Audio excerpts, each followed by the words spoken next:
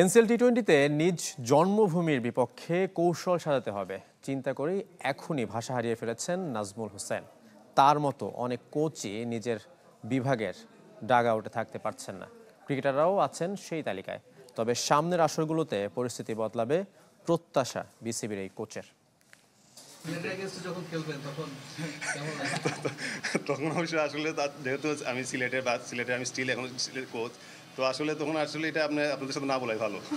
অনেকদিন ধরে সিলেট বিভাগের কোচ হিসেবে কাজ করে আসছেন নাজমুল হোসেন।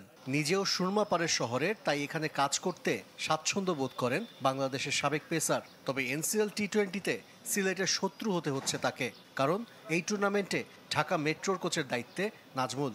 অবশ্যই দেখেন যে আমি তো মনে করেন আমি যেহেতু সিলেটের স্টিল আমি সিলেটের ডিভিশনাল কোচ, তো এখন যেহেতু আমি তো আসলে অ্যাভেলেবল ছিলাম না, তখন আসলে কোচ আপনার কোচ নিয়োগ হয়ে গেছে। যেহেতু এনসিএল এখন লাস্ট মোমেন্টে আপনার ওই ঢাকা মেট্রোটা যেহেতু একটু কিছু, তো লাস্ট মোমেন্টে আমাকে এখন ইনক্লুড করা হয়েছে। নাজমুলের মতো অনেকেই এমন পরিস্থিতিতে পড়েছেন। মোহাম্মদ আশরাফুল ঢাকার হয়েও থাকছেন বরিশালের ডাগআউটে। মিজানুর রহমান বাবুলের রাজশাহী বিভাগে জন্ম, অথচ তিনি ঢাকা বিভাগের কোচ। চট্টগ্রামের দায়িত্বে মাহবুব আলী জ্যাকি, রাজশাহীতে আব্দুল করিম জুয়েল, খুলনা বিভাগে তুষার ইমরান, সিলেটের রাজিন সালে আর রংপুরের কোচ হয়েছেন সাইফুল ইসলাম খান।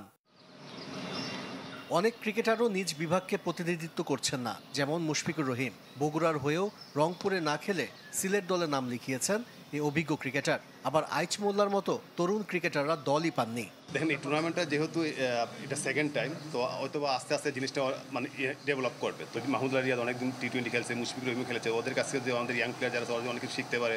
তাই মনে করি এটা একটা ভালো দিক। শুক্রবার বগুড়া ও রাজশাহীতে যাবে ৮ দল। শনিবার শুরু আনুষ্ঠানিক অনুশীলন, আর টুর্নামেন্ট শুরু রোববার। আশিক রুদ্র, চ্যানেল 24, ঢাকা।